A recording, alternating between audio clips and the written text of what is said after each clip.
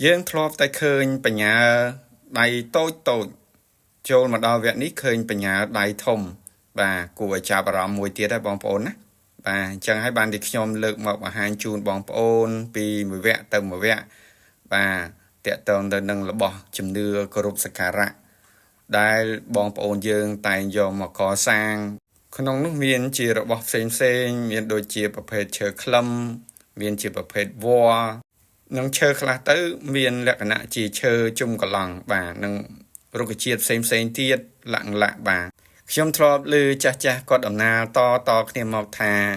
បើចង់រករបស់ឲ្យបានសុខសប្បាយតិចជុំអីហ្នឹងគាត់ឲ្យរករបស់ឲ្យបាន4មុខគឺ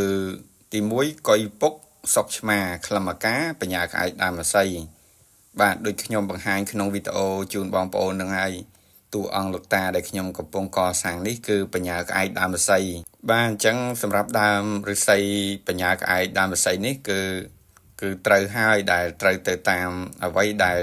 ចាស់គាត់បានប្រាប់ហើយក៏គាត់បញ្ជាក់ថាបើយើងរកមិនបានទាំងអស់ទេគឺយើងរកត្រឹមតែមួយក្នុងចំណោម4ហ្នឹងក៏បានដែរបើយើងអត់មានរបស់ដែលពិបាករកដូចជាកុយពុកឬសុកឆ្មាឬក្លឹមអាកាយដែលបងប្អូនថាពិបាករកហ្នឹងអញ្ចឹងយើងមានតែត្រឹមបញ្ញាក្អែកដើមអាស័យក៏បានដែរដើមអាស័យគឺជាកម្ពូលបញ្ញាក្អែកក្នុងចំណោមបញ្ញាក្អែកដែលល្បីដែលកម្ររហ្នឹងបាទដែល5មុខបញ្ញាក្អែកសពថ្ងៃដែលនាំមុខសំខាន់ដែលបងប្អូនខ្លះគាត់អត់ទាន់បានដឹងក៏ខ្ញុំចង់ជម្រាបជូនបងប្អូនឲ្យបានដឹងតកតងបញ្ញាសំខាន់គឺទី1បញ្ញាដើមអាស័យដើម7ជូបាទដើមកត្រៀងខេតដើមស្នោនិងដើមអង្ក្រងនឹងនៅមានបញ្ញាក្អែកដែលចាត់ទុកថាជាស្ដេចបញ្ញាក្អែកបន្តទៀតតែគ្រាន់តែសប្តាហ៍ថ្ងៃនេះយើងយកជាគោលដែលសំខាន់គឺបញ្ញាក្អែក5មុខនេះឯងបាទឥឡូវខ្ញុំសូមមកបញ្យល់ជូនបងប្អូនតកតងទាំងរូបលោកតាបាទដែលសប្តាហ៍ថ្ងៃនេះបងប្អូនកសាងគឺបងប្អូនខ្លះគាត់អត់ទាន់បានដឹងទេតកតនឹងរូបលោកតាគឺមាន2ដែលធំសប្តាហ៍ថ្ងៃដែលយើងតែងតែគោរពសក្ការៈរំលឹកដល់ព្រះគុណលោកនេះ